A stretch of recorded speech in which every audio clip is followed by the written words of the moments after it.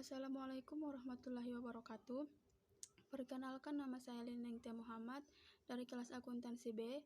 Di video ini saya akan menjelaskan materi tentang pelaksanaan demokrasi di Indonesia. Yang pertama, pelaksanaan demokrasi di Indonesia. Demokrasi secara umum adalah bentuk atau sistem pemerintahan di mana seluruh rakyatnya turut serta memerintah melalui wakil-wakilnya.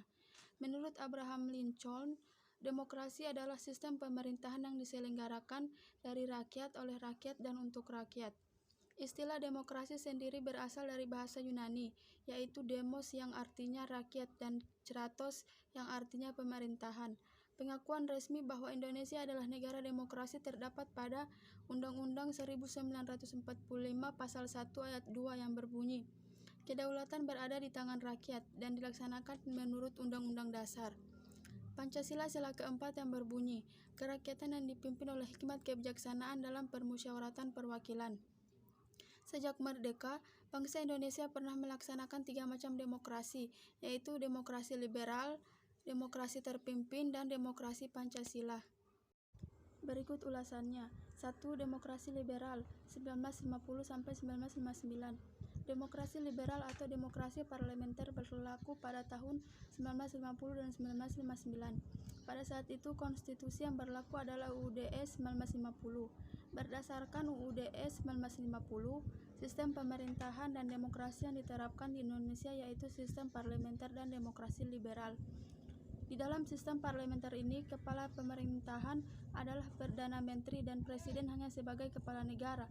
Masa demokrasi liberal ini membawa dampak yang cukup besar, yaitu 1.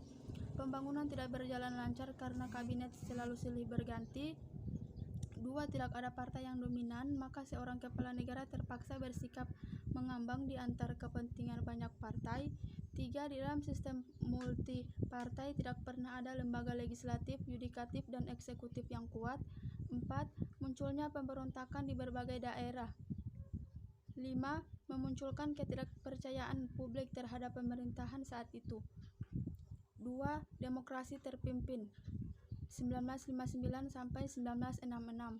Demokrasi terpimpin atau demokrasi terkelola yaitu seluruh keputusan serta pemikiran berpusat pada pemimpin negara saja. Menurut TAP MPRS nomor 8 MPRS 1965, demokrasi terpimpin adalah kerakyatan yang dipimpin oleh hikmat kebijaksanaan dalam permusyawaratan perwakilan, yang berasaskan musyawarah untuk mufakat secara gotong royong bagi semua kekuatan nasional yang progresif revolusioner dengan berporoskan nasakom atau nasionalisme, agama, dan komunisme. Pada saat itu, konstitusi yang berlaku adalah UUD 1945 dan Presiden Soekarno berkedudukan sebagai kepala negara, sekaligus kepala pemerintahan yang berlandaskan pada sistem presidensial, di mana para menteri berada di bawah wewenang presiden dan bertanggung jawab kepada presiden.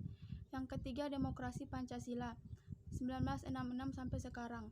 Demokrasi Pancasila adalah demokrasi yang merupakan perwujudan kerakyatan yang dipimpin oleh hikmat kebijaksanaan dalam permusyawaratan perwakilan, yang mengandung semangat ketuhanan yang Maha Esa, kemanusiaan yang adil dan beradab, persatuan Indonesia, dan keadilan sosial bagi seluruh rakyat Indonesia. Prinsip-prinsip demokrasi Pancasila yaitu ada 7. Yang pertama, persamaan hak dan kewajiban bagi seluruh rakyat Indonesia. Yang kedua, keseimbangan antara hak dan kewajiban. Ketiga, pelaksanaan kebebasan yang bertanggung jawab secara moral kepada Tuhan Yang Maha Esa, diri sendiri, dan orang lain. 4. Mewujudkan rasa keadilan sosial. 5. Pengambilan keputusan dengan musyawarah mufakat. 6. Mengutamakan persatuan nasional dan kekeluargaan. Dan yang terakhir, menjunjung tinggi tujuan dan cita-cita nasional.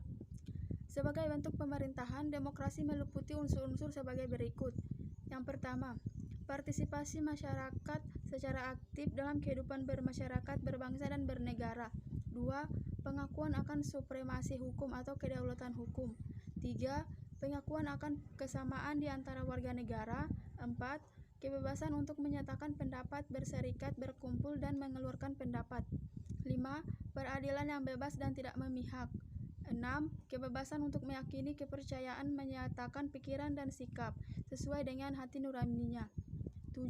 Hak asasi manusia dijamin. 8. Kebebasan pers. Dan yang terakhir, Pemilihan umum yang bebas, jujur, dan adil. Kehidupan demokrasi dalam masyarakat itu sangat penting karena dapat menumbuhkan hal-hal positif sebagai berikut. Yang pertama, tumbuhnya semangat warga masyarakat untuk bersilaturahmi. 2. Mempererat tali persaudaraan di antara para anggota masyarakat. 3. Tumbuhnya semangat untuk beraktivitas dan berkreasi. 4. Warga masyarakat semakin peka terhadap lingkungannya. 5. Tumbuhnya sikap saling menghargai hak-hak masing-masing warga masyarakat. Dan yang terakhir, menekan terjadinya sikap dan perbuatan negatif. Sekian video dari saya.